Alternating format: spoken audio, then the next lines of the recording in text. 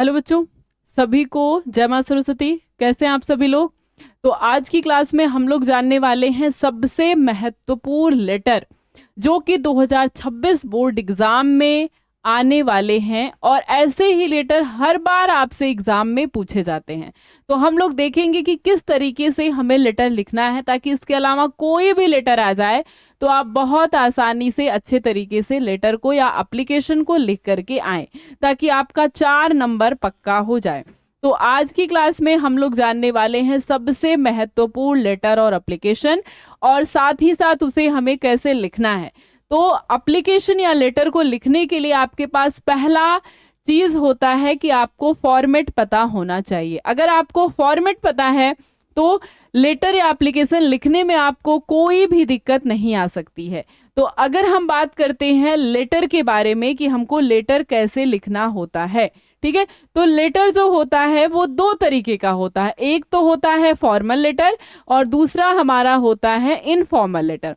Formal letter हम किसे कहते हैं? औपचारिक पत्र, यानी कि जो हम किसी संपादक को देते हैं, एडिटर को, या फिर जो हम प्रिंसिपल को देते हैं किसी भी स्कूल में, कॉलेज में, कार्यालय में, उसे हम कहते हैं फॉर्मल लेटर, यानी औपचारिक रूप से। और इनफॉर्मल लेटर होता है जो हमारे संबंधी होते हैं, हमारे जो रिलेटिव्स होते हैं। जैसे आपने दादाजी को पत्र लिख दिया, आपने अपने पिताजी को लिखा, माँ को लिखा, भाई को, बहन को, दोस्त को, ये सब हमारे किस में आते हैं? इनफॉर्मल लेटर में आते हैं। तो फॉर्मल और इनफॉर्मल लेटर लिखने का तरीका लगभग सेम है। तो अगर पहले हम देखें कि पहले हम क्या लिखते हैं, फॉर्मल लेटर हो, सबसे पहले हम लिखते हैं एड्रेस, पता, ठीक है। सबसे पहले क्या लिखते हैं? एड्रेस लिखते हैं। इसके बाद हम डालते हैं डेट, यानी कि जो डेट है वो डालेंगे। इसके बाद हमें लिखना होता है सब्जेक्ट, ठीक है, यानी कि क्या विषय है। फॉर्मल लेटर में हमेशा हमें सब्जेक्ट लिखना होता है, क्योंकि जो भी चेक करने वाला या फिर कार्यालय में इतने ज्यादा लेटर होते हैं तो पढ़ने वाला इतना समय से नहीं पढ़ पाता है। वो केवल सब्जेक्ट देखता है कि हाँ उनकी रिक्वेस्ट क्या है, किस लिए। अगर काम का है तो आगे पढ़ेगा, नहीं काम का है तो नहीं पढ़ेगा, ठीक है। तो यहां से सब्जेक्ट से पता चल जाता है। इसके बाद हम सैल्यूटेशन यानी कि अभिवादन लिखते हैं। इसके बाद आती है बॉडी, यानी कि विषय वस्तु। जो हमारा सब्जेक्ट होता है उसी के आधार पर पूरी हमारी बॉडी तैयार होती है, यानी उसी के आधार पर हमारा विषय बनता है, हमारी पूरी बॉडी बनती है। यानी कि जैसे आपके पास सब्जेक्ट है कि आपको 5 डेज लीव चाहिए, ठीक है, ड्यू टू किसी भी कारण की वजह से, ठीक है, ड्यू टू टूर की वजह से या फिर ड्यू टू हेल्थ इशू की वजह से, तो हम वही अपना पूरा का पूरा क्या करते हैं? विषय वस्तु में, बॉडी में लिखते हैं। इसके बाद हमारे पास आता है सब्सक्रिप्शन, यानी कि समापन का भाग, जहां पर हम अगर किसी कार्यालय में लिख देते हैं तो योर ओबीडियंटली हो गया, ठीक है। या फिर अगर हम लिख रहे हैं इनफॉर्मल लेटर में तो जो हमारा रिलेशन है, योर सन, योर डॉटर, ठीक है, या फिर योर ब्रदर, फ्रेंड, जो भी हमारा रिलेशन है उसको लिखते हैं। और उसके बाद आता है सिग्नेचर, हस्ताक्षर। सिग्नेचर में नाम कभी भी नहीं लिखना चाहिए, नाम हम नहीं लिखते हैं, XYZ ABC कुछ भी लिख देते हैं। इसी तरीके से हमारा इनफॉर्मल लेटर आता है। तो दोनों सेम होता है, बस यहाँ पर सब्जेक्ट नहीं होता है, ठीक है। अगर हम इनफॉर्मल लेटर में जाते हैं तो हमारे पास वहां से सब्जेक्ट नहीं होता है, इनफॉर्मल में सब्जेक्ट नहीं होता। पहले एड्रेस, उसके बाद हम डेट डालते हैं, फिर हम अभिवादन, ठीक है, जो भी हमारा रिलेशन है, या अगर पिताजी को लिख रहे हैं तो पिताजी लिखेंगे, ठीक है, या फिर किसी को, फ्रेंड को लिख रहे हैं तो फ्रेंड और उसका नाम लिखेंगे, या फिर अगर मदर को या फिर सिस्टर को, एल्डर सिस्टर को, तो एल्डर सिस्टर, या जिस नाम से हम उन्हें पुकारते हैं वो नाम भी लिख सकते हैं, ठीक है। इसके बाद हम पूरी बॉडी, जो भी आपको रीजन दिया गया है इस लेटर में लिखने के लिए, वो लिखते हैं। इसके बाद हम समापन के भाग में वही लिखते हैं और उसके बाद सिग्नेचर हो जाता है, ठीक है। तो ये पूरा हमारा लेटर का फॉर्मेट होता है। अगर हम देखें लेटर का फॉर्मेट कैसा होता है तो बिल्कुल इसी तरीके से होता है। यानी कि ये क्या है? ये हमारा फॉर्मल लेटर है। ये कैसा लेटर है? फॉर्मल लेटर है। ये लिखा गया है कॉलेज या फिर स्कूल के लिए लिखा गया है, टू द प्रिंसिपल। पहले तो हम ये लिखेंगे। इसके बाद हम लिखते हैं एड्रेस, आदर्श इंटर कॉलेज हाथरस। इसके बाद हमने क्या डाल दिया? इसके बाद हमने डाल दिया डेट, ठीक है। तो इसके पहले हमारा क्या हो गया? पता हो गया, एड्रेस हो गया, डेट डाल दिया। अगर आप चाहें तो आप इसके ऊपर भी वो वाला एड्रेस डाल सकते हैं जहां पर आप हैं, ठीक है। तो एड्रेस, उसके बाद टू द प्रिंसिपल जिसे भी हम लिख रहे हैं उसको। इसके बाद अगर आप किसी एडिटर को लिख रहे हैं तो उस समाचार न्यूज़पेपर का नाम लिखेंगे। अगर आप प्रिंसिपल को लिख रहे हैं या फिर अगर आप बैंक के प्रबंधक को लिख रहे हैं तो वहां पर उस बैंक का नाम लिखेंगे। कभी कभी लेटर में स्पेसिफिकली दे देता है कि हाँ यहाँ इस कॉलेज के लिए या इस न्यूज़पेपर के लिए लिखिए, अमर उजाला के न्यूज़पेपर के लिए लिखिए, या फिर दे देता है कि आपको इस बैंक के लिए लिखिए, तो वहां पर उसका नाम। और नहीं दिया तो अपने मन से कुछ भी लिख देते हैं। डेट डाल दिया हमने कुछ भी। इसके बाद सर है तो सर, मैडम है तो मैडम, नहीं पता है तो दोनों। इसके बाद हमारे पास आ जाता है क्या, सब्जेक्ट। इसके बाद हमारे पास आ जाता है सब्जेक्ट क्या है, क्या रीजन है, ठीक है। कुछ भी, जो भी रीजन है उस रीजन को हम लिखते हैं वहीं लेटर में से निकालकर। इसके बाद हमारी पूरी बॉडी तैयार हो जाती है, ठीक है। सॉरी, सब्जेक्ट हम यहीं लिख देते हैं, ठीक है। सब्जेक्ट हम क्या लिखते हैं, यहाँ।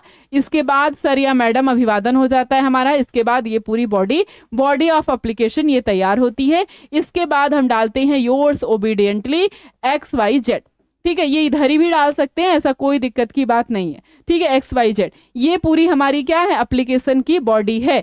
ऐसे ही हम एप्लीकेशन लिखते हैं। और जब हमें इनफॉर्मल लेटर लिखना होता है तो हम यहाँ से ये वाला भाग टू द प्रिंसिपल उड़ा देते हैं। यहाँ पर कॉलेज की जगह हम अपना एड्रेस डालते हैं। इसके बाद यहाँ पर डेट डालते हैं, ठीक है। यहाँ पर सर या मैडम नहीं लिखेंगे, यहाँ मदर, फादर, सिस्टर, डॉटर, जो भी हमें लिखना है। हमसे छोटा है रिलेशन है तो भी उसको भी लिख सकते हैं, बड़ा है तो उसको भी लिख सकते हैं, ठीक है। इसके बाद पूरी बॉडी यहाँ पर लिख देंगे। उसको भी अभी हम आगे देखेंगे कि बॉडी हमें कैसे तैयार करनी है।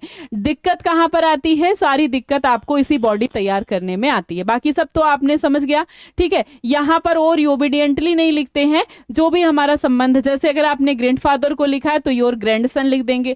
आपने फादर को लिखा है तो योर सन, डॉटर, जो भी आप लिख सकते हैं। मदर को लिखा है तो भी योर सन, डॉटर।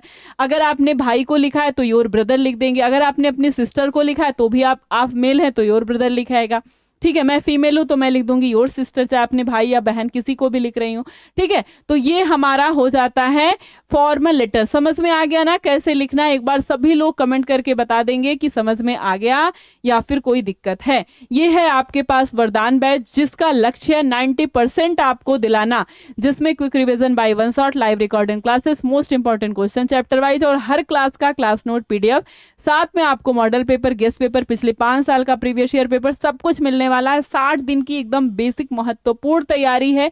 बड़ी स्ट्रेटजी के साथ क्लास चलने वाली है, जो कि चलेगी अल्फा इंस्टीट्यूट एप्लीकेशन ऐप पे। इस बैच को लेने के लिए आप ये एप्लीकेशन ऐप डाउनलोड कर सकते हैं, नहीं तो इस नंबर पर कॉल या व्हाट्सएप मैसेज कुछ भी कर सकते हैं। ये बैच केवल और केवल आपका 49 रुपए का है। इस बैच के माध्यम से आप क्लास 10th की पूरी तैयारी को बहुत ही अच्छे तरीके से कर सकते हैं, ठीक है। अब जैसे हमारे पास दूसरा एप्लीकेशन है, कह रहा है your mother is ill, your father is gone on tour, you have to look after your mother, you won't leave for 5 days, write a letter, write a application to your principal to grant you leave for 5 days। कह रहे हैं कि आपकी mother बीमार है और आपके पिता कहाँ जा रहे हैं, 5 दिन के टूर पे जा रहे हैं, ठीक है। और उनके पीछे से आपको अपनी माँ का ध्यान रखना है दिन और रात, ठीक है। तो अपने कह रहे हैं you want to 5 days leave, आपको 5 दिन का छुट्टी चाहिए। अब आपको क्या करना है, अपने प्रिंसिपल को एक प्रार्थना पत्र लिखना है 5 दिन की छुट्टी के लिए, ठीक है। तो बस क्या लिखना है, एड्रेस लिख दिया हमने, पता लिख दिया अपना, ठीक है। अब यहाँ पर डेट हो गया, क्या हो गया, टू, यहाँ पर टू छूट गया है, टू द प्रिंसिपल हो गया, कॉलेज का नाम हो गया। इसके बाद हम यहाँ लिखेंगे सब्जेक्ट। सब्जेक्ट क्या है, 5 days लीव है, ठीक है। 5 days leave due to mother ill, reason क्या है, ड्यू टू मदर इल, या फिर केवल लिख सकते हैं 5 days लीव, ठीक है। इसके बाद लिखेंगे सर, ठीक है, sir. With due to respect, I beg to say, या फिर विथ ड्यू टू रिस्पेक्ट हटा भी दे तो भी ये भी लिख सकते हैं। I beg to say my mother is ill and my father has gone on a business tour. बहुत सिंपल है कि मेरी माँ बीमार है, मैं आपसे कहना चाहता हूँ, विनम्रता या निवेदन करना चाहता हूँ कि मेरी माँ बीमार है, and my father have to gone a business tour, ठीक है। 5 days बिजनेस टूर भी लिख सकते हैं कि मेरे पिता को 5 दिन के बिजनेस टूर पे जाना है, ठीक है। I have to look after my mother day and night, इसलिए मुझे क्या करना है, अपनी माँ का दिन और रात ध्यान रखना है, लुक आफ्टर ध्यान रखना है।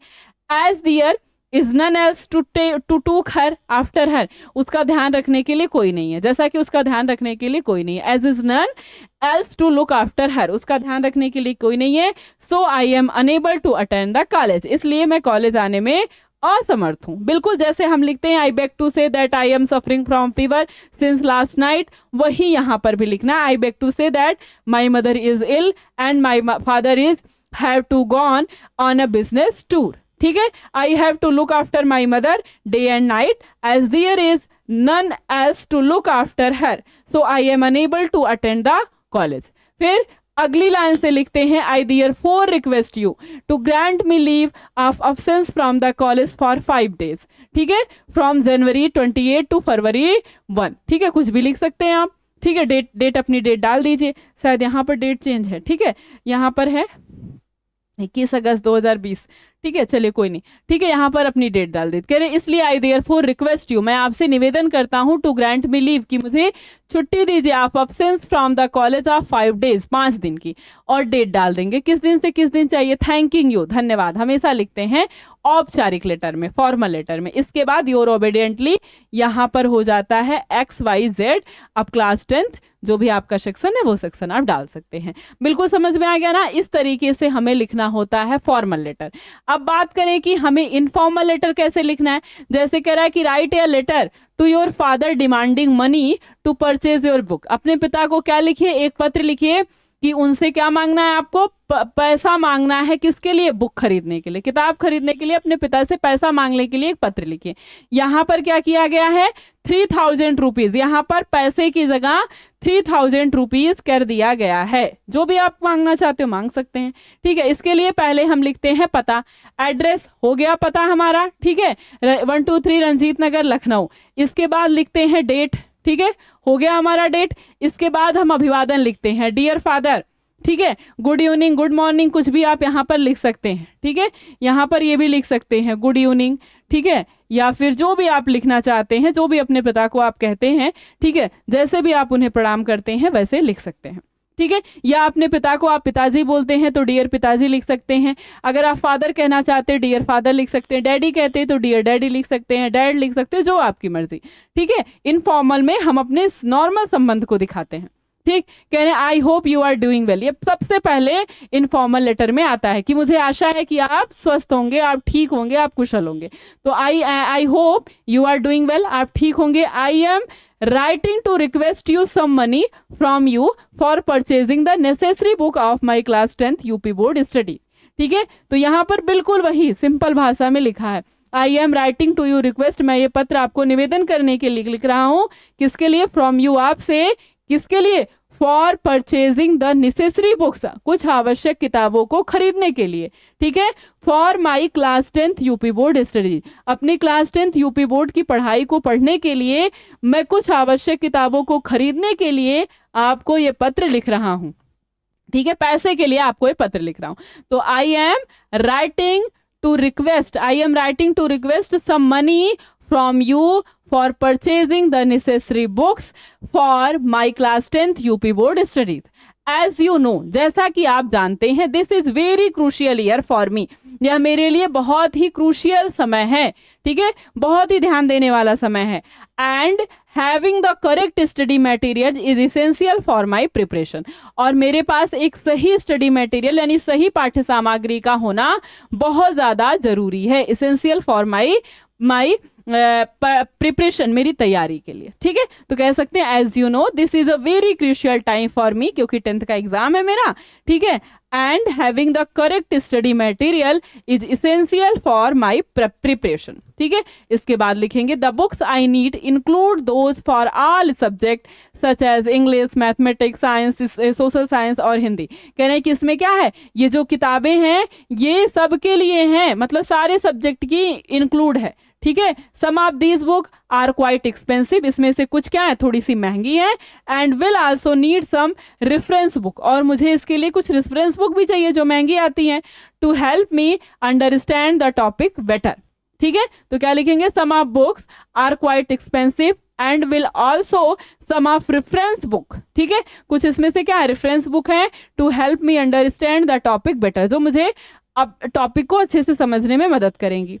ठीक है, इसके बाद यहाँ पर लिखेंगे I kindly request to send me mention the amount. जैसे यहाँ पर आपको क्या कहा था 3000। ठीक है, तो यहाँ पर क्या लिख देंगे 3000। I kindly request you to send me 3000 so that I can purchase the book, ताकि मैं बुक खरीद सकूं एज सून एज पॉसिबल, जितना जल्दी हो सके। तो इसलिए मैं आपसे निवेदन करता हूं कि मुझे 3,000 रुपए जितना जल्दी हो सके भेज दीजिए, ताकि मैं क्या कर सकूं, परचेज द बुक्स, किताबें खरीद सकूं।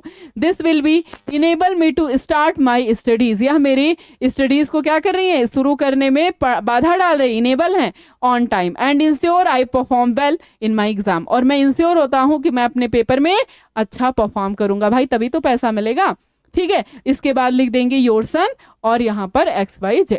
बिल्कुल इसी तरीके से आपको फॉर्मल और इनफॉर्मल दोनों लेटर्स को लिखना है, बस बॉडी चेंज हो जाएगी।